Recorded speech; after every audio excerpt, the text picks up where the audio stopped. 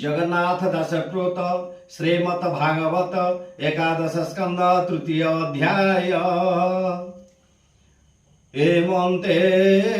विदे राजन मने विचारे तत्व ज्ञान आनंदे शिरे कर देई बोलंती निस्त रिली मुई भेनी रमण मुनि गण कहे भक्ति लक्षण रूपे भ्रमन्ति जगते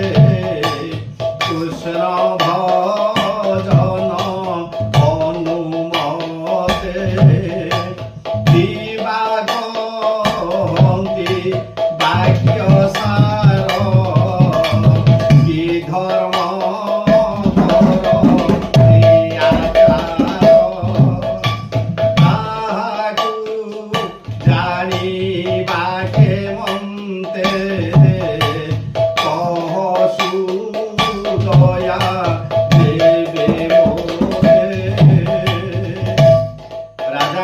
प्रश्नर उत्तर दबाकू जाई मुनि आज्ञा कहउछंती मुनिरुवाच